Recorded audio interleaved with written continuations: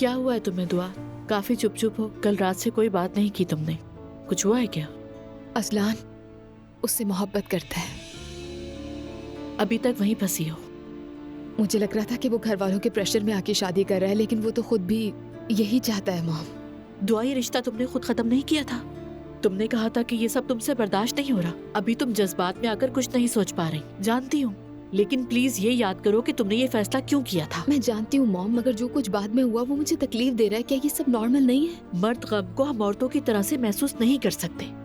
अगर तुम ये तवक्को रखती हो दुआ कि वो भी तुम्हारी तरह रोएगा, तो ये सोच के खुद को तकलीफ दोगी। तुम्हारी तकलीफ का अंदाजा है मुझे, यही तकलीफ मैंने भी देखी है। उसके आंसू ना बहाना तुम्हें तकलीफ दे रहा है। मुझे आंसू तकलीफ नहीं दे रहे, उसका शादी करना तकलीफ दे रहा है। कुछ भी नहीं हो सकता दुआ। कभी कभी जिंदगी वैसे नहीं चलती जैसे हम चाहते हैं। मेरी जिंदगी तो कभी भी नहीं चलती। ऐसे नहीं कहो दुआ।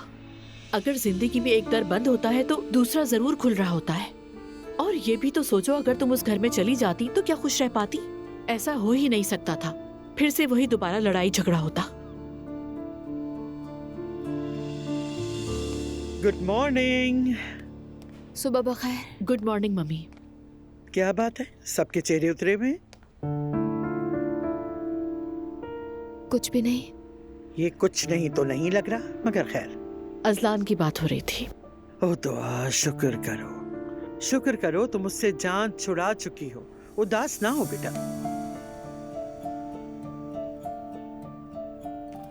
चाय तैयार है, आ जाएं। चलिए। एलिफ की तरफ से कोई खबर है? नहीं मम्मी, उसको थोड़ा वक्त दीजिए प्लीज, यही बेहतर होगा। हाँ, वक्त दिया तो था, देखा ना क्या हुआ। दुआ, जाके तुम जिमल को बुलाओ। ठीक है।